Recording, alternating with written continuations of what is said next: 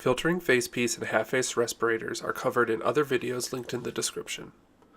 Hair follicles may compromise the seal of an elastomeric respirator or filtering face piece, rendering the respirator ineffective. Please refer to the CDC NIOSH Facial Hairstyles and Filtering Face Piece Respirators chart linked in the description for guidance. Let's review how to put on, inspect, fit check, and take off a full-face respirator. Depending on the type of full-face respirator you are using, the filtering cartridge will attach via a bayonet or threaded attachment system. There are multiple types of filtering cartridges. Make sure you choose the appropriate type for the hazard you are dealing with. If you are unsure what type to use, ask your supervisor or EHS. Next, thoroughly inspect the respirator. There should be no signs of damage or warping. Examine the head harness. It should be elastic without any visible tears, damage, or wear. Look at the inside of the face piece. There should be no warping around the edges where it contacts the face and no visible damage or wear.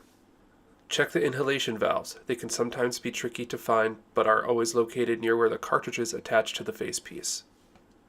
You may have to gently move parts of the respirator to see them. They should lay flat on the valve seats. Correct any snagged valves. Next, pop off the exhalation valve cover and examine the exhalation valve. It should lay flat on the valve seat. Correct the valve as necessary and pop the exhalation valve cover back on.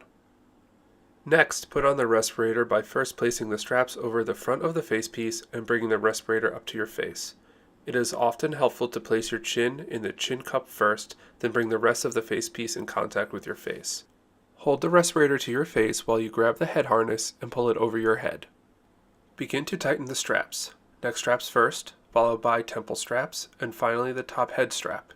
The respirator should fit comfortably and tightly against your face. Adjust position as necessary for comfort.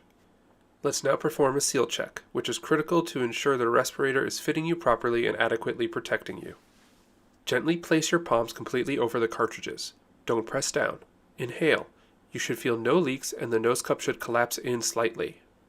You can make adjustments as you go if you feel leaks, then check again. Next, gently place your palm completely over the exhalation valve at your chin without pressing hard. Exhale. You should feel no leaks and the respirator should puff up slightly. Tighten the straps and/or adjust the nose cup position if you feel leaks, and repeat.